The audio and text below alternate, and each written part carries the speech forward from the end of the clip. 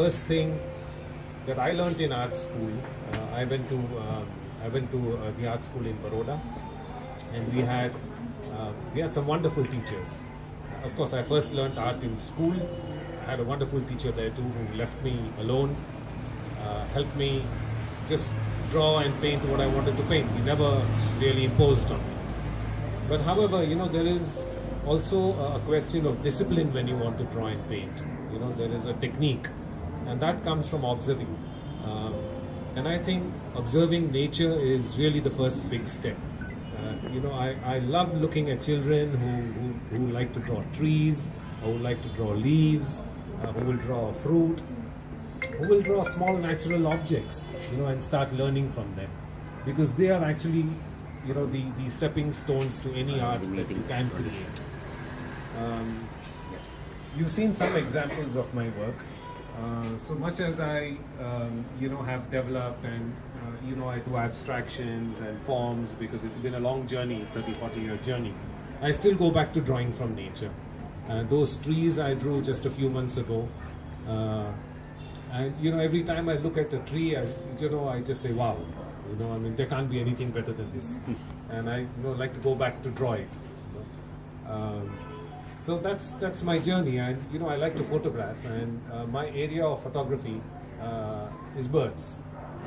I don't photograph anything else. Not that I don't want to, but I find birds absolutely fascinating.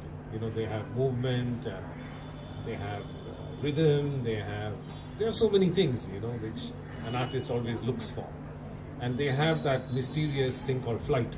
They go up in the air. We need a plane to get up there, but these guys they're like that, and they're marvelous.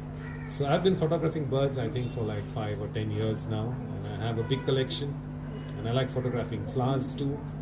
So if you become my friend on Facebook, you'll see all my birds up there. And so I didn't know what to do with about 1 million pictures that I had. And nowadays with digital cameras, I learned photography in film cameras. And those days, to take a click, you were thinking how much it's going to cost you, to press that finger, because you need to develop those things. But now, you're trigger happy, you just keep clicking away. And so suddenly you find you have 1 million pictures. And I said, oh my God, what am I going to do with these? And I said, okay, let's put them on clothes. At least somebody will buy some clothes with flowers or birds or things like that, So that's how my clothing line evolved. So at least I have something to do, in some kind of a commercial way, because in my painting world, I'm very much on my own. I like to express myself. It's very difficult to go commercial in that world. So that's a bit of my story. Coming to some tips, I think I can't give you any other tip, but please look and draw from nature. For children especially, because that is the stepping stone. Draw a leaf. Draw a fruit, draw a flower. You see a flower, it's so delicate, A lot of people draw very hard kind of lines on flowers, missing out the delicacy. I think one should look at that delicateness, look at the beautiful tones that come out of there. I think there were some graphite drawings that I did. That's another great area. I think global art has got color pencils, and drawing with pencil is a definitive skill that very, very few people in the world have today. I learned drawing in pencil, in graphite, from a master, a guy called Jaidev, who's no more. And he just took a 15-day session with me when I was in college. And believe me, I've never forgotten that session in my life. That was worth more than my 5 years in art school.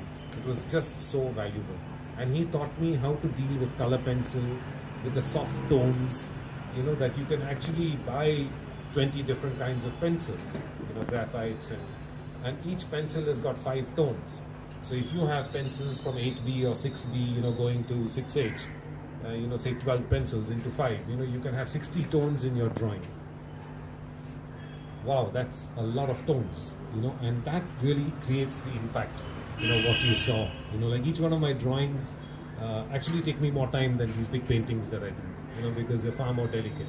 But because they're so small, it's difficult to bring them out. But these are some of the little marvels that you see of nature. When you go around, when you see leaves and when you see flowers, it's just marvelous. So I urge children, please do draw from nature. You know, much as you like to draw cartoons and everything and have fun, do that also. Yeah, there's nothing wrong with that. It's great, you know, to do all that. But please do draw from nature, because that's real learning. You know, that's when you start observing.